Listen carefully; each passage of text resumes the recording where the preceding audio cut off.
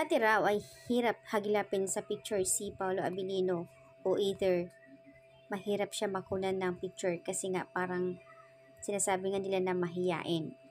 Pero ngayon, mismo na siya ang nag-corner kay Kim. Sa daming upuan, talagang nakatayo talaga siya at humarap kay Kim. Siya na ngayon daw ang pabida-bida sa picture with Kim Chiu. Nakakaloka ang mga post ng mga netizens, mga Kim Pao fans. Samantala dito sa Twitter ay nagkalat na nga dahil malapit na nga ang Star Magical prom.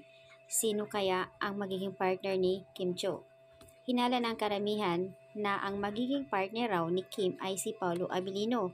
May katotohanan kaya ito? At dito si Derek Lorin daw ang nagbigay ng proposal or invitation para kay Kim, at sinasabi ng source mismo ni Kim na hahanap si Kim kung sino yung kanya magiging partner or magsusulo siya. Comment ng karamihan na si Paolo Abilino. Check na kung si Paolo nga. Marami ang kikiligin, talaga namang bongga ang magiging Star Magical prom ng Kim Pao fans. And super excited na nga ang mga Kim Pao kung sakali si Paolo Abilino nga ang magiging partner ni Kim dito.